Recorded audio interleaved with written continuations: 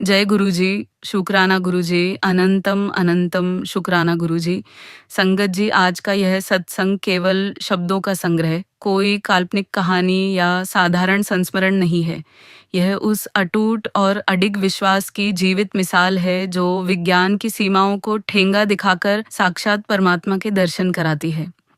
आज मैं कुसुमा आंटी आप सबके साथ अपने जीवन के उन रूहानी अनुभवों को बहुत विस्तार से साझा कर रही हूँ, जिन्होंने मुझे रूह की गहराइयों से सिखाया कि जब दुनिया के सारे दरवाजे बंद हो जाते हैं, जब विज्ञान हार मान लेता है और जब इंसान हर तरफ से टूटकर बिखरने लगता है, तब गुरुजी की रहमत का एक ऐसा जादुई झरोखा खुलता है जो पूरी जिंदगी को रूहानी नूर से रोशन कर देता है। आइए इस रूहानी सफ़र में मेरे साथ जुड़िए और महसूस कीजिए कि कैसे एक महापुरुष का हाथ पकड़ लेने से किस्मत की लकीरें बदल जाती है। प्यारी संगत जी, जय गुरु जी।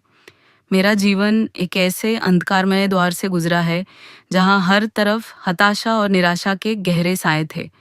मेरे और मेरे पति के जीवन में सांसारिक सुख सुविधाओं की कोई भौतिक कमी नहीं थी। हमारे पास एक आलीशान घर था, सफल करियर थे और हम दोनों के बीच अपार प्रेम और सम्मान था। लेकिन एक ऐसी टीस थी जो हमें हर पल अंदर ही अंदर दीमक की तरह चाट रही थी। वह थी संतान का सुख। हमने कई वर्षों तक इस खालीपन को झेला। हमने दुनिया के नामी अस्पतालों के अनगिनत चक्कर लगाए, देश विदेश के सबसे महंगे और अनुभवी डॉक्टरों से इलाज करवाया, हर वह धार्मिक अनुष्ठान, दान पुण्य और उपाय किया जो किसी ने भी श्रद्धा से बताया, पर परिणाम हमेशा शून्य ही रहा। हर महीने एक नई उम्मीद जगती और फिर टूटकर बिखर जाती। थक हार कर जब चिकित्सा विज्ञान ने औपचारिक रूप से हाथ खड़े कर दिए, तब हमने खुद को पूरी तरह श्री गुरु ग्रंथ साहिब जी के चरणों में डाल दिया। हमने रातों को जागकर आंसुओं से तकिया भिगोकर अरदास की और अंततः गुरु साहिब ने हमारी उस बेबस और सच्ची पुकार को सुन लिया। कुछ ही समय बाद एक ऐसा चमत्कार हुआ जिसने उन डॉक्टरों को भी हैरान कर दिया जो कह रहे थे कि मैं कभी माँ नहीं बन सकती। मैं गर्भवती हो गई। उस दिन हमें पहली बार रूहानी तौर पर एहसास हुआ कि जब डॉक्टर नामुमकिन शब्द का ठप्पा लगाते हैं, तब असल में परमात्मा की जादुई शक्ति का काम शुरू होता है। हमें लगा कि ईश्वर ने हमारी सूनी झोली अपनी असीम रहमत से लबालब भर दी है।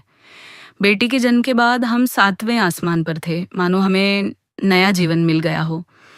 घर में बधाइयां बज रही थीं, पर हमारी इन खुशियों को जैसे किसी की बहुत बुरी नज़र लग गई। जन्म के कुछ ही महीनों बाद हमने गौर किया कि बच्ची की शारीरिक और मानसिक हरकतें सामान्य बच्चों जैसी बिल्कुल नहीं थीं। वह न तो अपनी गर्दन टिका पाती थी और न ही उसकी आंखों में वह चंचलता थी जो एक स्वस्थ शिशु में होती है। वह बहुत सुस्त रहती थी। विभिन्न विशेषज्ञों ने कई हफ्तों तक बहुत लंबी और अत्यंत जटिल जांचें की। जब अंततः रिपोर्ट हमारे सामने रखी गई तो उस दिन के शब्दों ने हमारे पैरों तले जमीन ही नहीं, मानो पूरी कायनात खिसका दी। विशेषज्ञों ने बताया कि हमारी फूल जैसी मासूम बच्ची को सेरेब्रल पाल्सी नामक एक लाइलाज और गंभीर बीमारी है। उनके शब्द किसी जहरीले नस्त्र की तरह मेरे कलेजे के आर पार हो गए। ये बच्ची कभी अपने पैरों पर खड़ी नहीं हो पाएगी। ये कभी एक सामान्य और स्वतंत्र जीवन नहीं जी पाएगी। इसे अपनी बुनियादी जरूरतों के लिए भी हमेशा किसी न किसी के सहारे की जरूरत रहेगी। और शायद ये कभी अपनी जुबान से माँ या पिता जैसा एक शब्द भी ना बोल सके। एक माँ के लिए जिसने बरसों की मन्नतों के बाद संतान पाई हो, इससे बड़ा नरक और क्या हो सकता था। जिस बच्ची को इतनी तपस्या से मांगा था, उसे इस बेबस और लाचार हाल में देखकर मेरा ईश्वर पर से भरोसा बुरी तरह डगमगाने लगा। मेरे मन में विद्रोह के भाव आने लगे और मैं सोचने लगी कि क्या वाकई ऊपर कोई इंसाफ करने वाला बैठा भी है या नहीं। संगत जी, मैं कोई संत नहीं थी, एक साधारण सांसारिक इंसान थी और उस असहनीय कलेजा चीर देने वाले दर्द में मैंने सीधे भगवान से ही सवाल करने शुरू कर दिए। मैं गुरुद्वारे के एक कोने में घंटों बैठकर फूट फूट कर रोती थी और चिल्लाती थी कि दाता, अगर देना ही था तो ऐसी भयंकर तकलीफ के साथ क्यों दिया? क्या मेरी भक्ति में कोई खोट थी? क्या मैंने कभी किसी का बुरा किया जो मेरे हिस्से में ये सजा आई? मेरा मन क्रोध, गहरी निराशा और आत्मग्लानि से भर गया था। मुझे मंदिर, गुरुद्वारे और हर प्रार्थना व्यर्थ लगने लगी थी। मुझे लगा कि धर्म केवल कहानियां हैं और हकीकत केवल यह कड़वा दर्द है। लेकिन परमात्मा की योजना हमारी इस छोटी सी मानवीय सोच से कहीं अधिक विशाल और कल्याणकारी होती है। एक दिन गुरुद्वारे में जब मैं अपनी बच्ची को अपनी गोद में लेकर बेतहाशा रो रही थी और अरदास कर रही थी, तभी उस बच्ची ने, जो अपनी उंगलियां तक नहीं हिला पाती थी, अचानक अपना नन्हा सा हाथ उठाया और मेरी उंगली को पूरी ताकत से पकड़ लिया। वह पल मेरे लिए केवल एक शारीरिक हलचल नहीं था, बल्कि साक्षात परमात्मा का मौन जवाब था कि कुसुम, तू क्यों डरती है? मैं यहीं हूँ तेरे साथ और सब देख रहा हूँ। उस एक मासूम स्पर्श ने मेरी महीनों की नाराजगी को एक क्षण में पिघला दिया और एक नई उम्मीद की बारीक लौ मेरे दिल में जला दी। मुझे लगा जैसे गुरुजी की रूहानी आवाज कह रही हो कि कल्याण होगा, बस थोड़ा सब्र रख और मुझ पर यकीन कर। उस दिव्य संकेत ने मुझे एक चट्टान जैसी मजबूती दी और मैंने एक बहुत बड़ा आध्यात्मिक निर्णय लिया। मैंने तय किया कि अब मैं अपनी बेटी की तकदीर उन डॉक्टरों की बेजान फाइलों के भरोसे नहीं, बल्कि अपने गुरु के नूरानी चरणों में छोड़ दूंगी। मैंने अमृत वेला, ब्रह्म मुहूर्त, तड़के 3 से 6 बजे का समय में उठकर सिमरन, नाम जप और प्रार्थना का एक अत्यंत कड़ा नियम बनाया। एक तरफ बेटी का बहुत ही कठिन मेडिकल ट्रीटमेंट और दर्दनाक फिजियोथेरेपी चल रही थी, जिसे देखकर मेरा दिल दहल जाता था, और दूसरी तरफ मेरी आंतरिक रूहानी लड़ाई जारी थी। लगातार 17 महीनों तक मैंने बिना एक भी दिन चूके, चाहे मौसम कैसा भी हो या मेरी तबीयत कैसी भी, गुरुजी के चरणों में अपनी अरदास जारी रखी। उन 17 महीनों ने मेरी शख्सियत को पूरी तरह बदल दिया। मैं अपनी चालाकी, अपना अहंकार और अपनी तार्किक बुद्धि को पूरी तरह खत्म कर दिया। मैंने कठिन तरीके से यह सीख लिया कि गुरु के सामने क्यों, कब और कैसे जैसे सवाल नहीं किए जाते। मैंने अपनी जीवन की नया की पतवार पूरी तरह गुरुजी के हाथों में सौंप दी और केवल एक ही काम किया, हर हाल में शुक्राना। संगत जी, जब मेरी बेटी की हालत में सुधार होना शुरू हुआ, तभी एक रात गुरुजी मेरे सपने में आए। उन्होंने बड़े कड़े शब्दों में मुझसे कहा, कुसुम, तू अरदास तो बहुत कर रही है, पर तूने अपने घर के मंदिर में एक ऐसी चीज रखी हुई है जो तेरी सारी भक्ति को रोक रही है, उसे तुरंत हटा दे। मैं घबराकर जाग गई। सुबह मैंने अपने मंदिर की सफाई की, पर मुझे कुछ गलत नहीं लगा। अगले दिन फिर वही सपना आया। गुरुजी ने एक अलमारी के पीछे की ओर इशारा किया, जो मंदिर के बिल्कुल बगल में थी। जब मैंने बहुत ध्यान से वहां टटोला, तो मुझे एक पुराना डब्बा मिला। उस डब्बे को खोलते ही मेरी रूह कांप गई। उसमें कुछ ऐसी चीजें थीं जो बरसों पहले किसी ने हमें दी थी और जिन्हें हम मंदिर के पवित्र स्थान के पास भूल गए थे। गुरुजी ने संकेत दिया कि जब तक ये घर से बाहर नहीं जाएंगी, पूर्ण कल्याण नहीं होगा। जैसे ही मैंने वह डब्बा घर से दूर किया, उस रात मुझे घर में एक ऐसी शांति महसूस हुई जो शब्दों से परे थी। संगत जी, इसी कठिन और संघर्षपूर्ण यात्रा के दौरान मैंने महसूस किया कि मेरे घर में एक अजीब सी भारीपन और बहुत ज्यादा नकारात्मक ऊर्जा, नेगेटिव एनर्जी घर कर गई थी। घर के सदस्यों के बीच छोटी छोटी बातों पर भीषण और बिना मतलब के क्लेश होने लगे थे।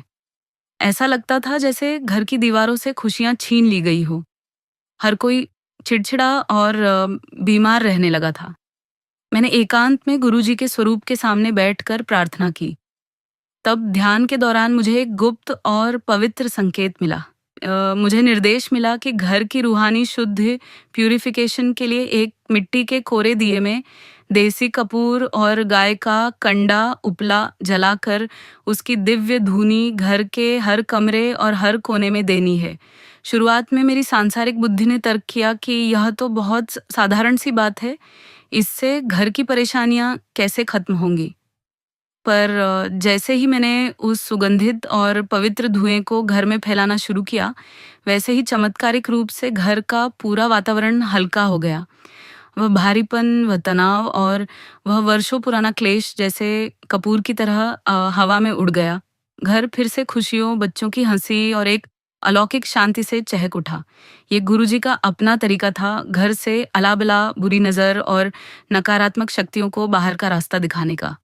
मेरी यह रूहानी यात्रा तब और भी सार्थक हुई जब मुझे पहली बार चंडीगढ़ के मंदिर में साक्षात गुरुजी के दर्शन का सौभाग्य प्राप्त हुआ।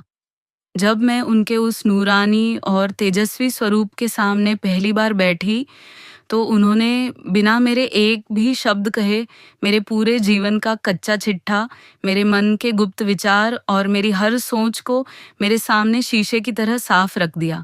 ऐसी गोपनीय बातें जो मैंने कभी अपनी परछाई या अपने पति को भी नहीं बताई थी, गुरुजी उन्हें ऐसे विस्तार से बता रहे थे जैसे वे हर सांस के साथ मेरे बगल में ही खड़े थे। उस पल मुझे रूहानी तौर पर साक्षात एहसास हुआ कि मेरे सामने कोई साधारण देह या इंसान नहीं, बल्कि साक्षात भगवान शिव की शक्ति बैठी है। उनकी आंखों में वो करुणा, वो गहराई और वो ममता थी जो इस ब्रह्मांड की करोड़ों माताओं के प्रेम को एक साथ मिला देने पर भी कम पड़ती है। उन्होंने केवल मेरी बच्ची को नहीं, बल्कि मेरी पूरी जली कटी आत्मा को हील कर दिया और मुझे एक नई दृष्टि दी। चमत्कारों का यह दिव्य सिलसिला थमा नहीं, बल्कि दिनों दिन बढ़ता ही गया। गुरुजी के आशीर्वाद का ही प्रताप था कि वो बेटी, जिसके बारे में दुनिया के विशेषज्ञों ने लिखकर दे दिया था कि वह कभी अपनी आवाज नहीं निकाल पाएगी, उसने एक सुबह अपनी नन्ही जुबान से जो पहला पवित्र शब्द उच्चारित किया वह था वाहेगुरु। हमारा पूरा घर उस रूहानी शब्द को सुनकर निहाल हो गया, मानो साक्षात ईश्वर ने घर में दस्तक दी हो। इतना ही नहीं, एक और बहुत बड़ा शारीरिक चमत्कार हुआ।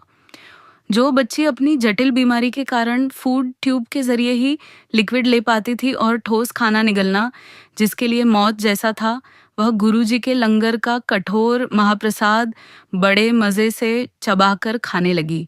ये देखकर डॉक्टरों की सारी मेडिकल फाइलें, उनकी सालों की मेहनत और उनकी भविष्यवाणियां पूरी तरह धरी की धरी रह गईं। गुरुजी ने उसे केवल बीमारी से मुक्ति नहीं दिलाई, बल्कि उसे एक नया, गरिमामय और संपूर्ण जीवन बख्शा। लंगर का वो एक छोटा सा टुकड़ा किसी भी दुनियावी दवा से अरबों करोड़ों गुना शक्तिशाली साबित हुआ। संगत जी, गुरुजी के लिए भौतिक दूरियां, सरहदें या वीजा कभी कोई बाधा नहीं बने। मैं भले ही शरीर से आयरलैंड में बहुत दूर होती थी, पर गुरुजी से मेरा संपर्क रूहानी टेलीपैथी के जरिए निरंतर हर पल बना रहता था। मैं मन के किसी भी कोने में जो भी शंका, सवाल या विचार लाती, गुरुजी चंडीगढ़ में बैठे बैठे उसका उत्तर किसी फोन कॉल या मैसेज के बिना ही किसी न किसी रूप में मुझे तुरंत भेज देते थे। कभी कभी तो पूरे कमरे में अचानक बिना किसी अगरबत्ती या इत्र के गुलाबों की वो दिव्य और अलौकिक खुशबू भर जाती थी जो उनकी उपस्थिति का प्रमाण होती थी। कभी किसी बड़ी मुसीबत के समय जब मैं विदेश में अकेली होती थी, अचानक कोई अनजान व्यक्ति फरिश्ता बनकर आता और मेरी मदद कर देता। यहाँ तक कि मेरी वृद्ध माँ की वो गंभीर बीमारी, जिसे डॉक्टरों ने बिना किसी बड़े और जोखिम भरे ऑपरेशन के ठीक करना असंभव घोषित कर दिया था, वह गुरुजी की केवल एक सूक्ष्म दृष्टि और कृपा से रातों रात बिना किसी चीर फाड़ या दवाई के पूरी तरह ठीक हो गई। वे 7 समंदर पार भी अपने बच्चों की रक्षा के लिए ढाल बनकर खड़े रहते हैं। मेरे पति, जो स्वभाव से बहुत तार्किक थे और शुरुआत में इन सब रूहानी बातों को केवल मेरी कल्पना, कमजोरी या अंधविश्वास मानते थे, वे पूरी तरह नास्तिक थे। लेकिन जब उन्होंने साक्षात अपनी आंखों के सामने ये असंभव और अविश्वसनीय चमत्कार घटते देखे, तो उनका अहंकार टूट गया। सत्संग के अंत में गुरुजी ने उन्हें एक ऐसी बात बताई जिसने हमें अंदर तक झकझोर दिया। गुरुजी ने उन्हें पास बुलाकर कहा, तू मंदिर साफ करता है, पर तुझे ये नहीं पता कि खंडित मूर्तियां और तस्वीरें घर में नहीं रखी जाती। हमें बाद में एहसास हुआ कि हमारे मंदिर के एक कोने में कुछ ऐसी मूर्तियां थीं जो हल्की सी खंडित हो चुकी थीं और हम उन्हें प्रेम के कारण हटा नहीं रहे थे। गुरुजी ने समझाया कि खंडित ऊर्जा घर की प्रगति को रोकती है। जैसे ही हमने उन मूर्तियों को जल प्रवाह किया, हमारे जीवन के सारे रुके हुए काम बन गए। अंत में मैं कुसुम आंटी बस यही कहूंगी, मांगो मत, केवल उनके वजूद को मानो। ईश्वर पर अटूट विश्वास रखिए। वे कल भी थे, आज भी हमारे अंग संग हैं और हमेशा रहेंगे।